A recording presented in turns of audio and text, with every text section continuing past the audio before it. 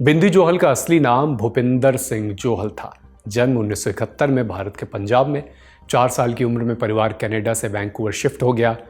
कहते हैं कि पूत के पांव पालने में ही दिख जाते हैं। ये कहावत तो सकारात्मक रूप में इस्तेमाल की जाती है, लेकिन बिंदी जोहल के केस में मामला थोड़ा अलग था। मारपीट करने की वजह से उसे 2 बार स्कूल से निकाला गया। बिंदी ने वाइस प्रिंसिपल से ही दुश्मनी मोल ले ली। उसने इतनी जोर की लात मारी कि वाइस प्रिंसिपल को हॉस्पिटल में उस समय एडमिट कराना पड़ा। इस काम ने उसे 17 साल की उम्र में ही 60 दिनों की जेल करवा दी। जेल से बाहर आया, स्कूल स्विच किया, लेकिन यहां भी कांड कर दिया। स्कूल पार्किंग में खड़ी कारों के शीशे बेसबॉल बैट से तोड़ डाले। उसे अपने पास एक खतरनाक हथियार रखने का भी दोषी पाया गया। दिलचस्प बात यह थी कि बिंदी एक स्मार्ट स्टूडेंट भी था। उसने कॉलेज में 1 सेमेस्टर की पढ़ाई की। कुछ रिपोर्ट्स बताती हैं कि वो गंभीर डिप्रेशन और एंटी सोशल पर्सनैलिटी डिसऑर्डर से जूझ रहा था। शायद यही उसकी हिंसक हरकतों की वजह थी। इसकी पुष्टि नहीं है, ये एक रिपोर्ट के हवाले से बात है। उसे रैप, संगीत, हॉकी, मार्शल आर्ट्स इन सब में रुचि थी। 2025 में हॉटस्टार पर कनेडा नाम से एक वेब सीरीज आई थी। हालांकि मेकर्स ये क्लेम नहीं करते, लेकिन इसे बिंदी जोहल की लाइफ पर ही लूजली बेस्ड बताया जाता है।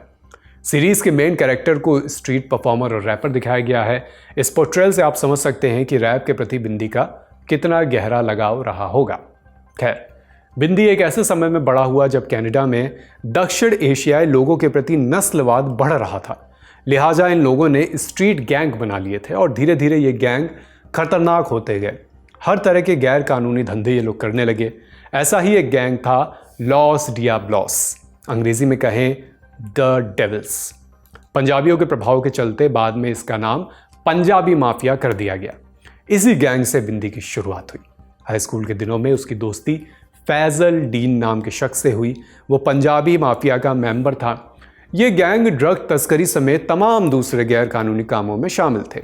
फैजल की दोस्ती ने बिंदी को भी इसका हिस्सा बना दिया। जिमी और रॉन दोसांझ इस गैंग के लीडर थे। कोकीन के बड़े डीलर्स में उनका नाम शुमार होता था। जिमी गैंग का मसल था तो रॉन दिमाग। बिंदी कहा करता था कि उनके साथ रहने में उसे इज्जत मिलती है क्योंकि लोग दोसांझ ब्रदर्स से डरते हैं।